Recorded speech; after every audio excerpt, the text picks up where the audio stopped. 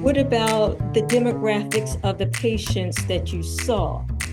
Were they um, primarily Medicaid? Was it Medicaid and private insurance? Was it primarily private? Private, private insurance. We had no, we, in the faculty practice, there were no Medicaid patients. No It was med. in the clinic, but we supervised the clinic Oh, where the residents saw the Medicaid patients. And that was a horrific space where people would line up at 8 o'clock in the morning to be seen anytime between 9 and 12 or 1 o'clock. So, and then they would line up at lunchtime again for any time to be seen. That just horrible. I checked about 8 years ago. It was still like that. That they would herd people like cattle, oh, and yeah. that care for clinic patients, people on Medicaid, was not optimal in my opinion. Yeah. Yeah, my understanding of this kind of system is that you were an attending physician. So you oversaw the residents who are Hmm. doctors in training, Right. take care of the Medicaid patients. You, Right. as an attending, didn't see Medicaid patients, you had private commercial patients. Right. So that's when we start to see disparity in healthcare. Segregation, and Right there. the demographics are about the same. I mean, just a little bit different. There were more people from foreign countries of all over the world who were in the Medicaid clinic. And it's basically the demographics of the eastern part of New York City and western part of Long Island was a wide range. Probably half of the people were white, but the other half were of all various backgrounds. This is in the A lot, Medicaid population that you're speaking. both in Medicaid, not in Medicaid. No, it's probably a minority of white people in the Medicaid population, and a majority of immigrants, of all from everywhere in the world. New York City is like that. There's people from all over the world in that part of New York. And so, yeah, that's, and this hospital had a great reputation. So it was drawing from everybody in the Queens area, Queens part of New York City, and the county next to it.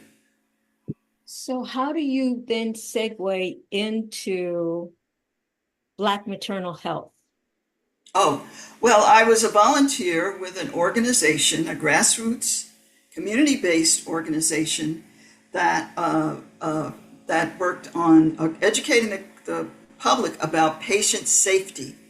So I joined a church where social justice was basically addressing medical error.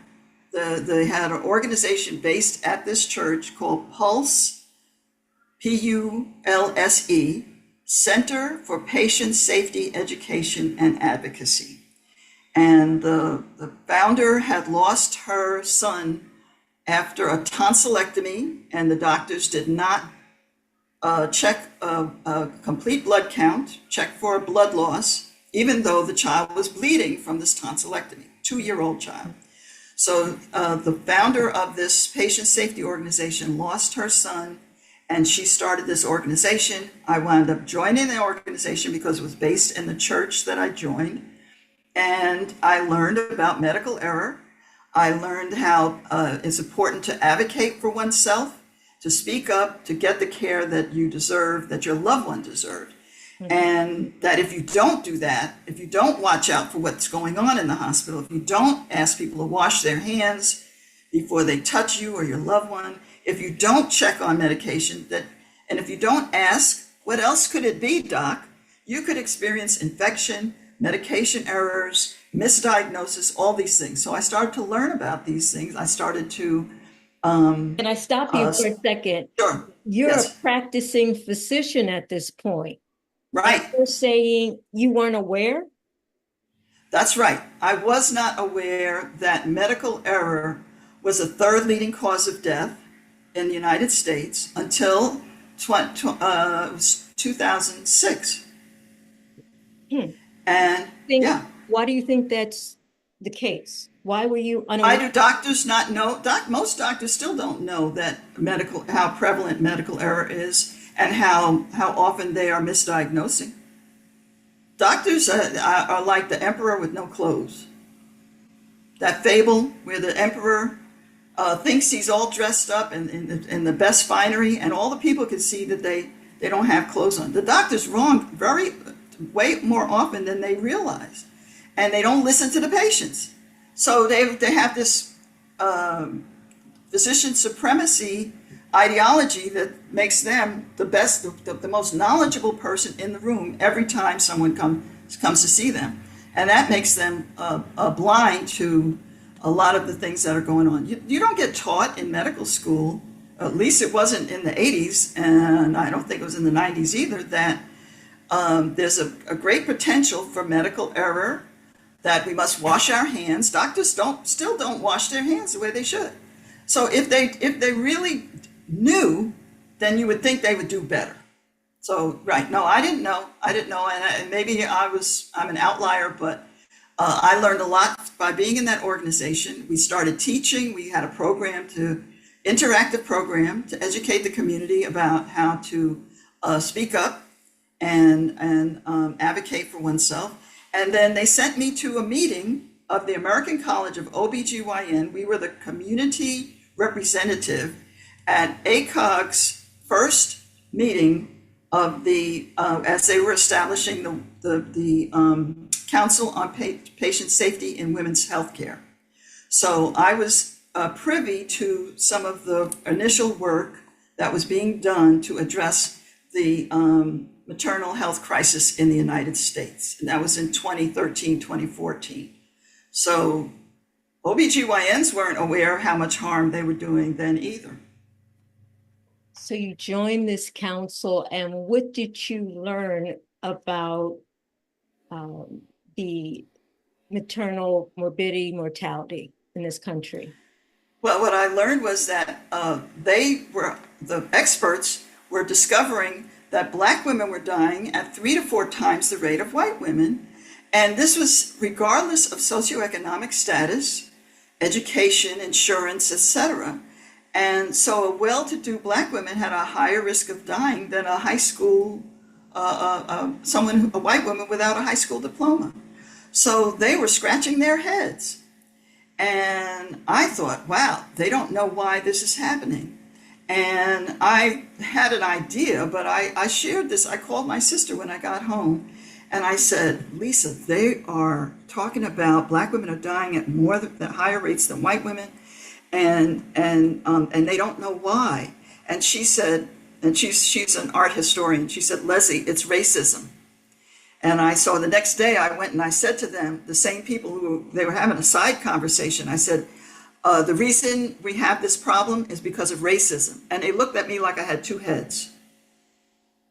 There were no Black people at this meeting.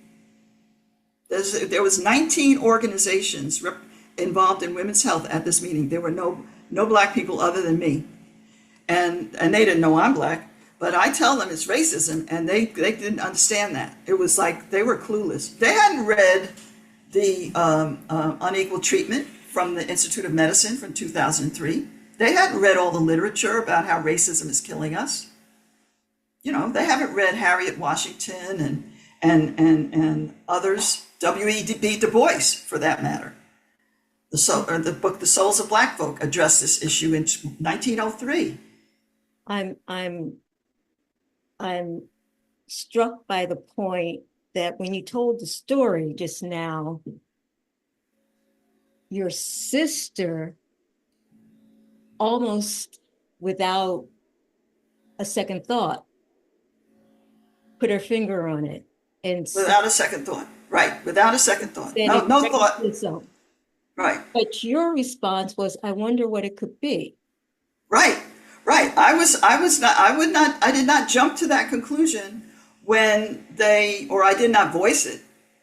Yeah. Now, maybe I don't remember what I was thinking, but I remember thinking, isn't that something? My sister is not a doctor, but she knows.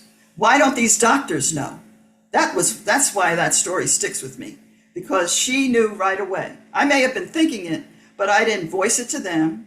I Mhm. didn't have the confidence to say that to them until I spoke to my sister, who's a professor, and you know, And what kind of response revere did her. you get when you said it's racism? They looked at me like I was crazy. They just said, they poo-pooed my comments. And who am I? I'm not a maternal fetal medicine specialist. I haven't written any papers. I'm just there as the community representative of a community organization. So I'm not, well known in their circles or anything. So Mhm. I'm poking my head into their conversation. So you were dismissed. Right. I was dismissed. And it's taken, well, when did ACOG finally make a statement about racism in Relatively recently. 2001, after George Floyd was murdered, I think. All right. So, and how does this then turn into your life's work after you retire from practicing OBGYN? So 2 years later, I retire and I start. I'm out. There's already at this point another Black woman on the board of Pulse, and she and I decide that we have to do something about this.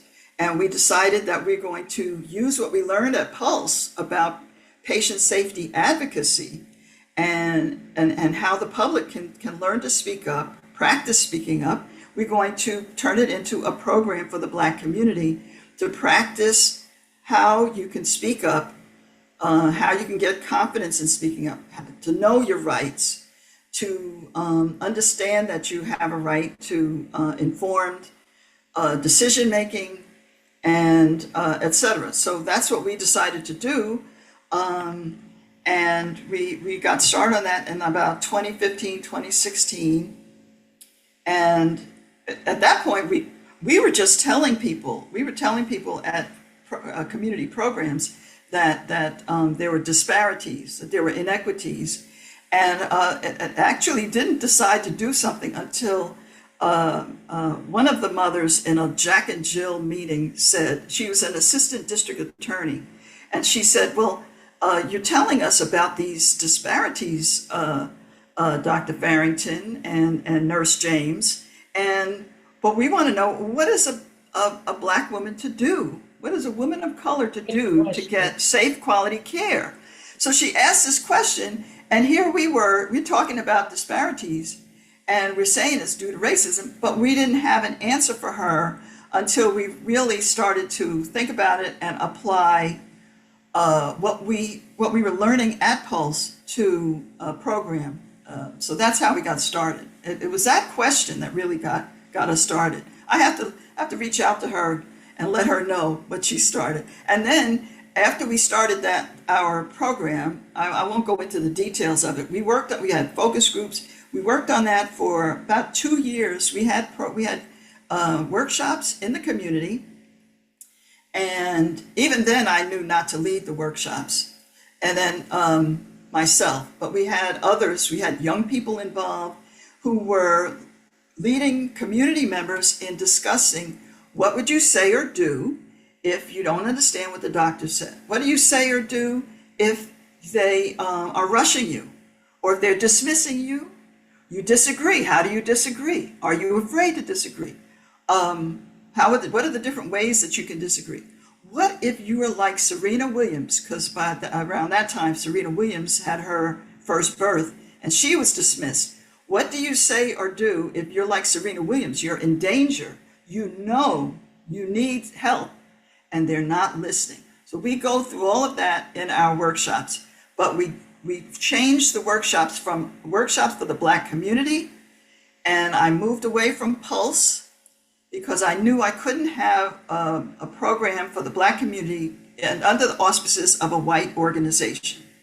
And at the same time, an OBGYN attended one of the programs and reached out to me afterwards. And she said, Dr. Farrington, you could use this to reduce Black maternal morbidity and mortality. And I said, well, that's how I got started, but I wanted it to be for the entire community. But then I realized that I could move from Pulse and start something new with her help, because I needed somebody else to be on board with that. And she encouraged me, and her name is Dr. Lori Zephyrin. She's a vice president at the Commonwealth Fund. And it's thanks to her that it kept going and found the other people who were necessary.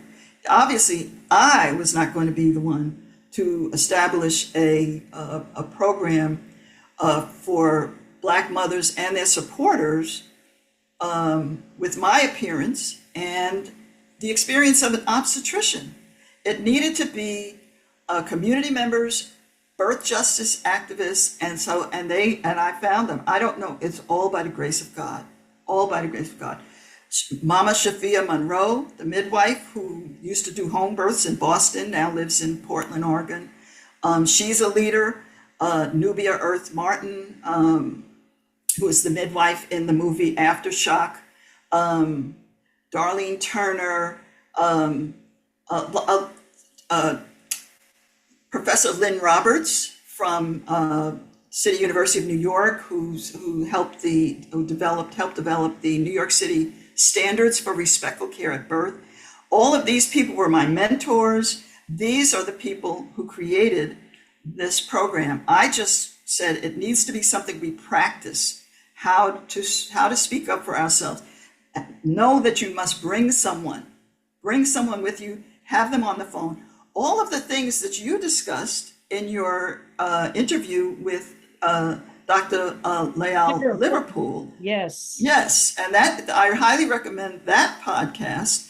I loved your interaction with her on the topic. And basically, we keep saying the same things. This is the same thing that others have said. But the unique thing about the ACT program is that we are practicing together. The practicing speaking up makes it less difficult. And that was what was highlighted in your interview, how difficult it is to speak up for yourself or for your loved ones. In the moment. And what the challenge it is in the moment. And I've experienced it recently. I experienced it last month. This difficulty of advocating. I've experienced it firsthand. And I now I appreciate it even more. But I still say we need to get to build up our skills. The more that we do it, the better we'll get at it. And we use these tips and tricks that are embodied in our curriculum, our ACT curriculum, and they can help make it a lot easier. So that's what we have taken it on the road. We've had it, it's going all across the country. There are even some people in the UK who have taken it up. So I'm very excited about the ACT curriculum and the ACT advocacy toolkit. So how long has the program been in practice? Well, our first workshop was 2019. And at that point, I thought that the 100 Black Women, National Coalition of 100 Black Women, would take it up and make it their program, but they didn't. So we established, in 2020, we established the Black Coalition for Safe Motherhood.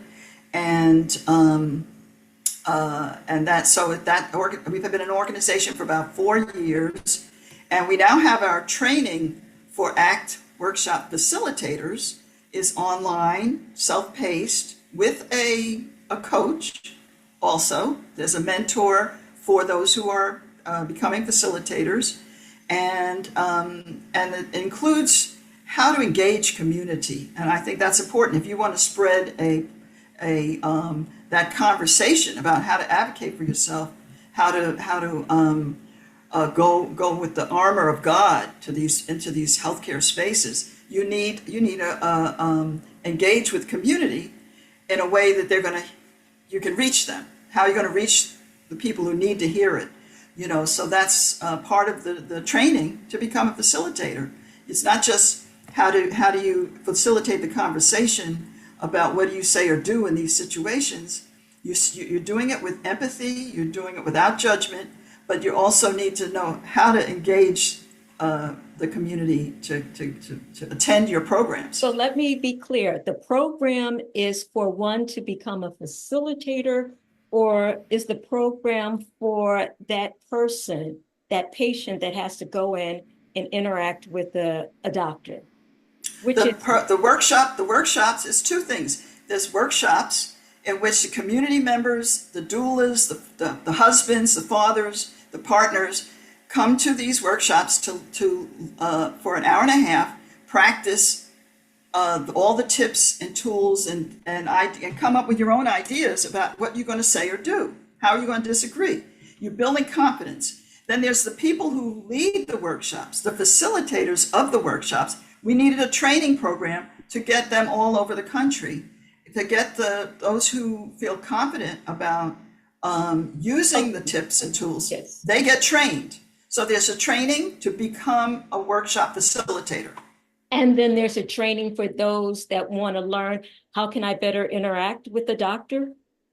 That's the workshops. There's Okay. the ACT workshops, The workshop. and there's the ACT, and then there's a workshop facilitator training. Okay. Who's How long- gonna lead these workshops? It has to be people in the community. How long is the training? If I'm so let's take it both ways. Let's say I want to become a workshop facilitator. How long is the training? How do I get the training? Is there a certification process? How Yes, does it work? yes.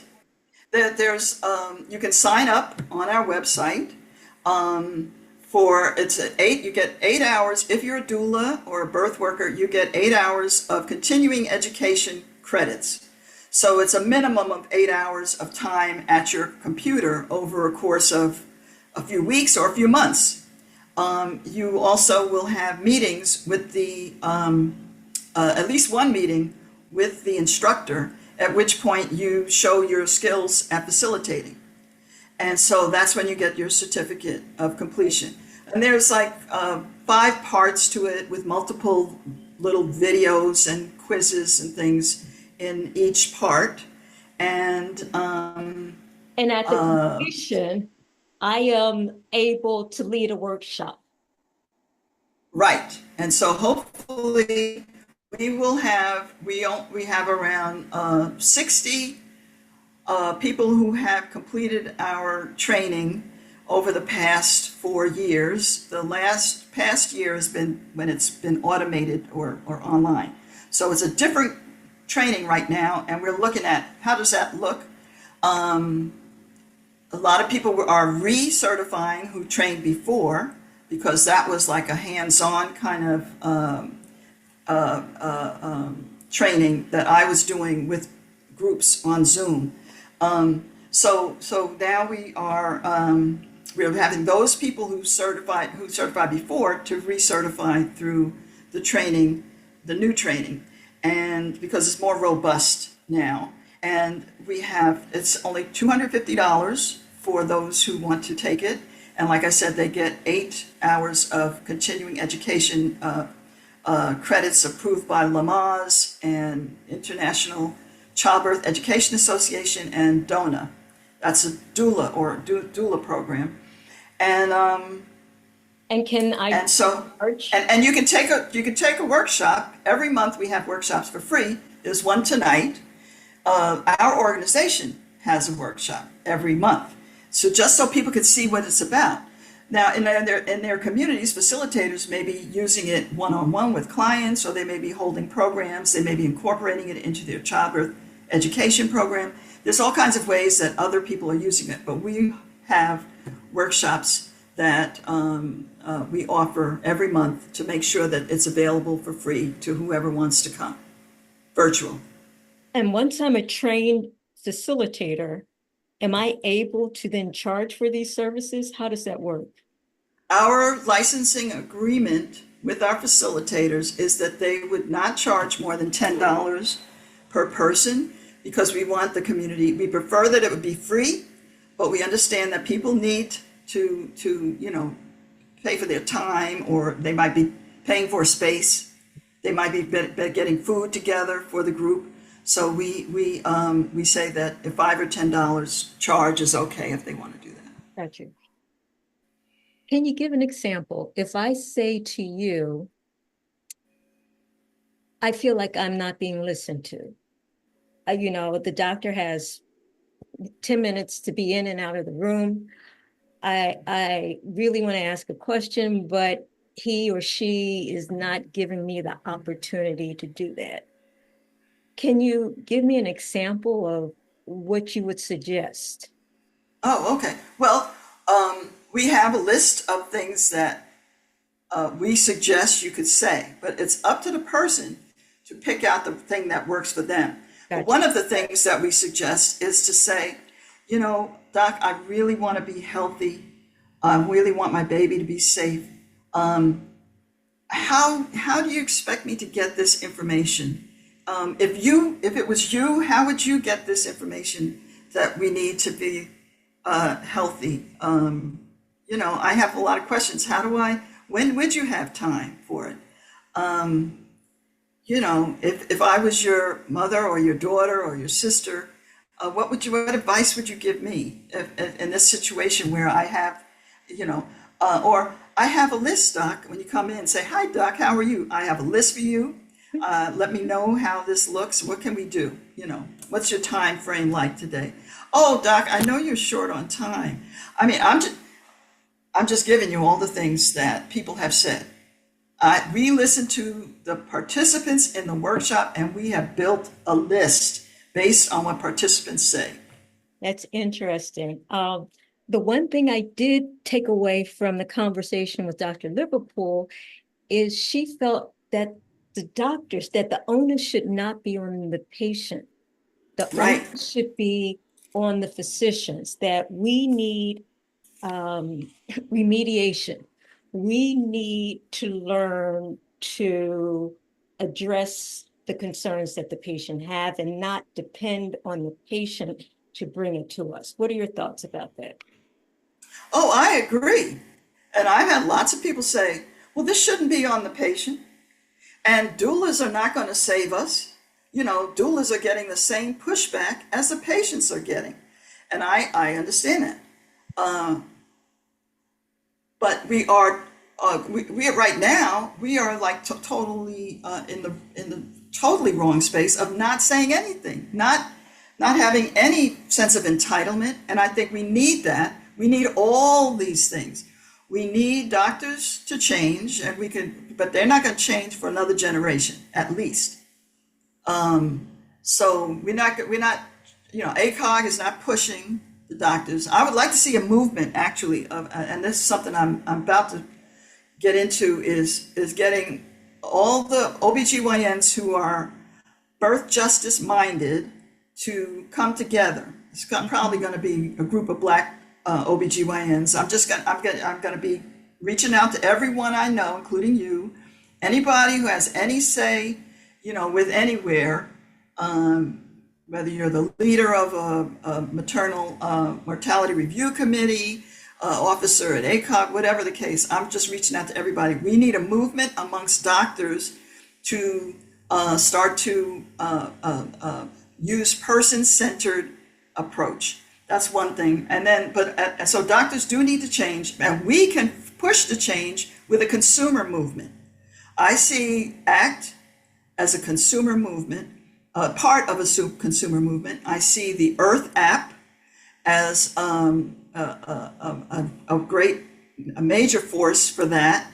If we have all the Black and brown people who are giving birth writing reviews about through the Earth app about their experiences, and then using the back end data from those Yelp-like reviews, we can use that data to put leverage on the hospitals to do better.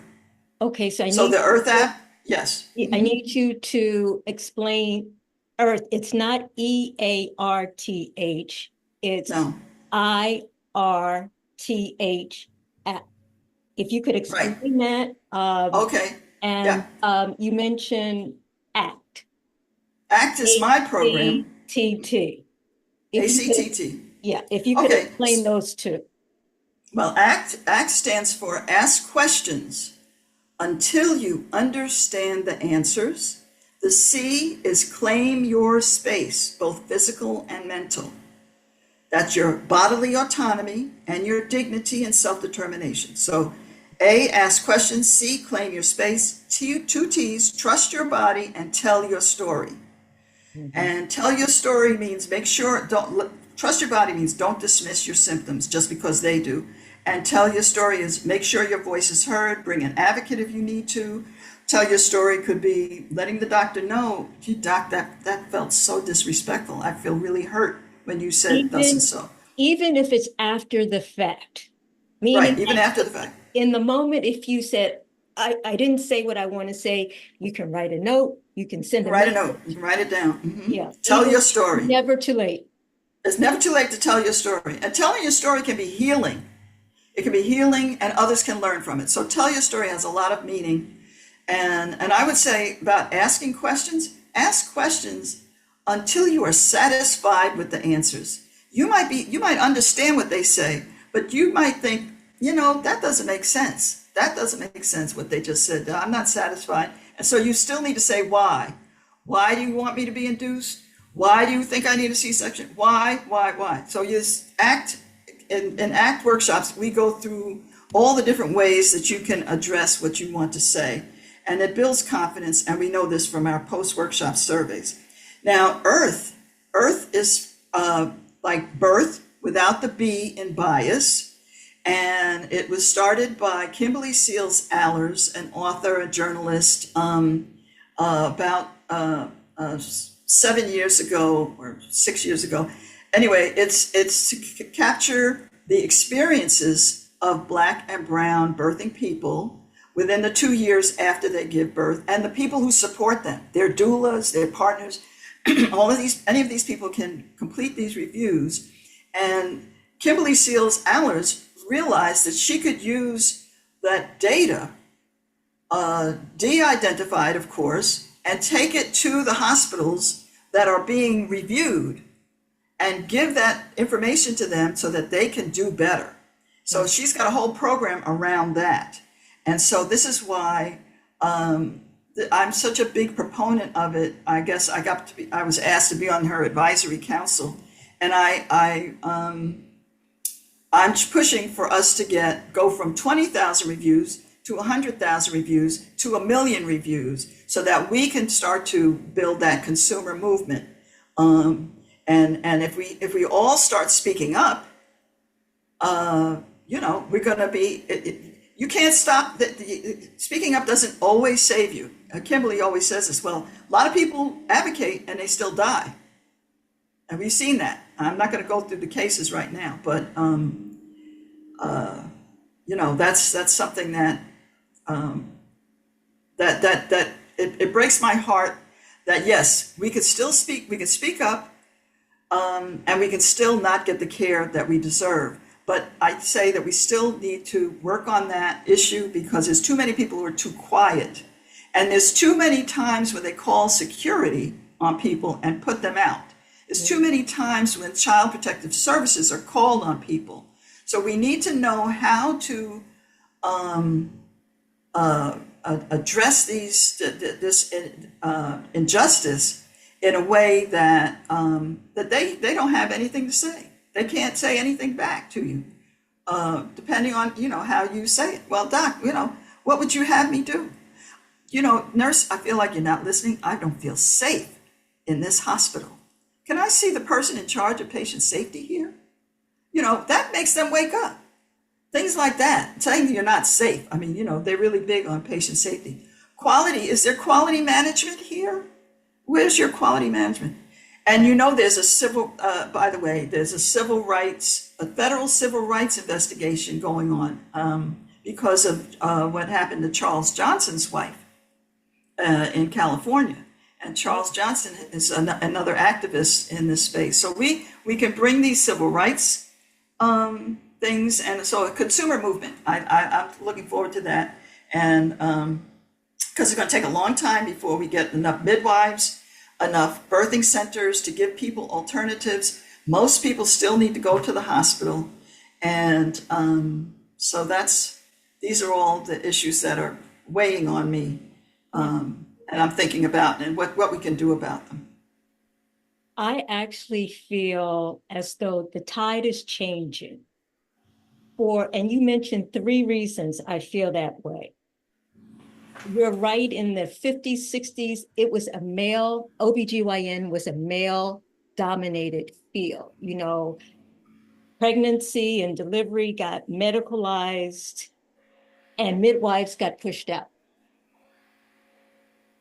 And now we're seeing more females in OBGYN, more females that are in higher positions. They're not just residents, they're chairs of department and then some, because we need the numbers. We need a critical mass. One person isn't enough. We need a critical mass, and we need them at all levels because there's lots of work to do. And so there is the consumer piece, there is the doctor piece, there's the legislation, there's within ACOG, there's within the AMA, but people are aware, and there are people such as yourself and all the other people that you mentioned that are working to make a change. And I don't think there's been this movement in the past. So that's why I'm optimistic. No, yeah, I guess I don't see it happening in my lifetime, Oh, but I'm much more optimistic. I think we're contemporaries, but I remember yeah. training. There were no female attendings. There were no female attendings where I trained. There were no Black attendings in this department when I trained. And today, the majority of residents are female.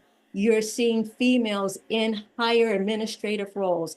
And when you get that critical mass, it's hard to be the only one. And you probably better than anyone can relate to. It's hard to be the only one. And that raised the question that I had after talking with Dr. Liverpool.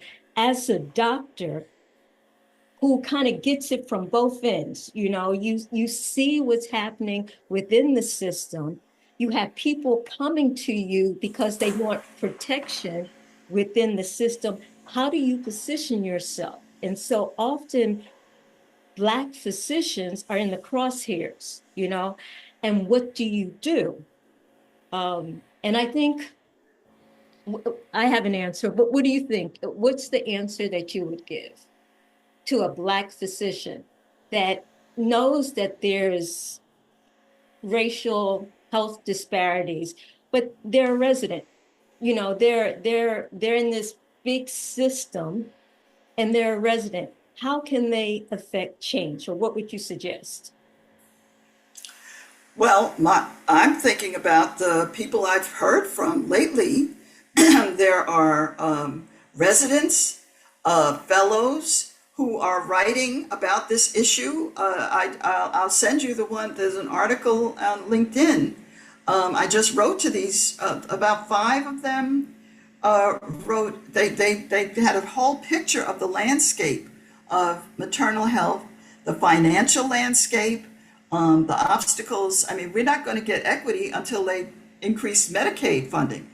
These are some of the obstacles that I see that are preventing improved care, improved quality improvement. So these young people, they can see what's going on. How can they affect change? They've got to band together. That's why I say I'm looking at Dr. Jamila Parrott. She runs Physicians for Reproductive Health. There's a lot of little groups that could come together and have some influence on ACOG. Right. I think we need to form a community. I'm a big believer in the guiding principle of Ubuntu. I am because you are. Yes. And that is how we are going to make change. It's going to come from the Black community, just like Black women have always been the vanguard of justice in the United States, in terms of voting rights and what have you. So I think that's That's the way to go, is to band together. There be strength in numbers, and to put these older people on notice. But there is a big resistance. There is a problem of the money that's involved, the capitalist system that we're working with. So the fact that the legislature in many states and federally is not moving on the issue. The omnibus has been sitting there for 3 years now. So yeah, but I do think, yes, the doctors can change the culture of medicine from a culture of disrespect to a more person-centered approach. And so that does give me hope.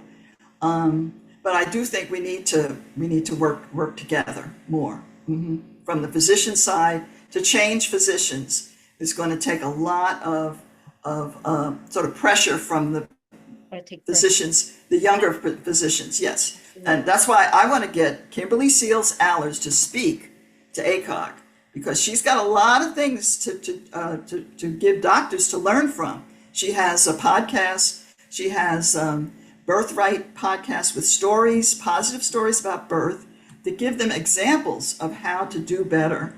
So I would love to see someone like her speak to a large contingent at ACOG next year. That's another thing that I would like to see happen. All right. So as one Black woman to another, I thank you for the work that you're doing. It was a pleasure, a true pleasure having this conversation. I'm so happy that we connected, and I hope we stay connected. I know we will, because I will make sure of it. All All right. righty. Take Thank care you. now.